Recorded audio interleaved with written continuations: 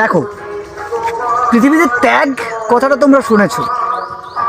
আসলে এই ত্যাগের স্টাইল অনেকগুলো হয়, তার মধ্যে একটা নীরব ত্যাগ আছে।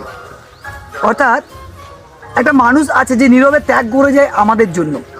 তাই আজকের টপিকটা এরকমই হোক, নীরব ত্যাগের নাম বাবা। কথাটা শুনতে খুব অমূলক লাগলেও কথাটা সত্য। কারণ বাবার টাকা একজন সন্তান যত সহজে ইউজ করতে পারে, কখনোই সেই বাবা সন্তানের টাকা তত সহজে ব্যবহার কিংবা ভোগ করতে পারে না। বাবা সবসময় নিজের কষ্টগুলোকে নিঃশব্দে নিজের কাছে লুকিয়ে তার ছেলের জন্য হাসিটা ধরে রাখার জন্য সব কিছু করতে পারে। কারণ সন্তানের হাসি একজন বাবার কাছে সবচেয়ে বড় পাওনা।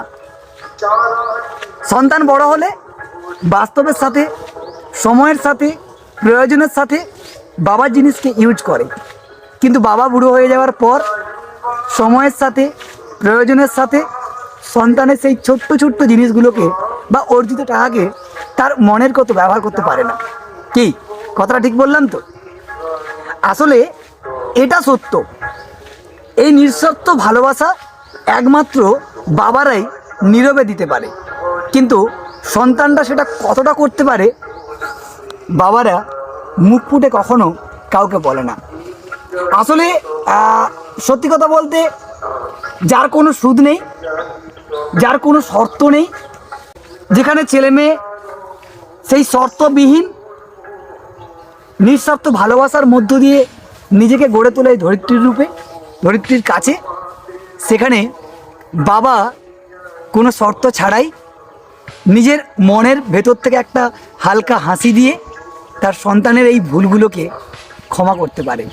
তাই নিঃস্বার্থ ত্যাগ বললে বাবাকেই বলা হয়, এর বাইরে কিছু হতে পারে না। তাই আজকের কন্টেন্টের নেমটা দিলাম এটাই, নিঃস্বার্থ বা নীরবে ত্যাগের নাম বাবা। বাকিটা তোমরাই বুঝে নাও আমি কি বলতে চাইছি। আশা করছি কতটা ভালো লাগবে। আজকের এই ছোট্ট ভিডিওটা আমাকে এবং তোমাকে হয়তো অনেক কিছু শিখিয়ে দিতে পারবে। বেস্ট অফ লাক, ভালো থেকো।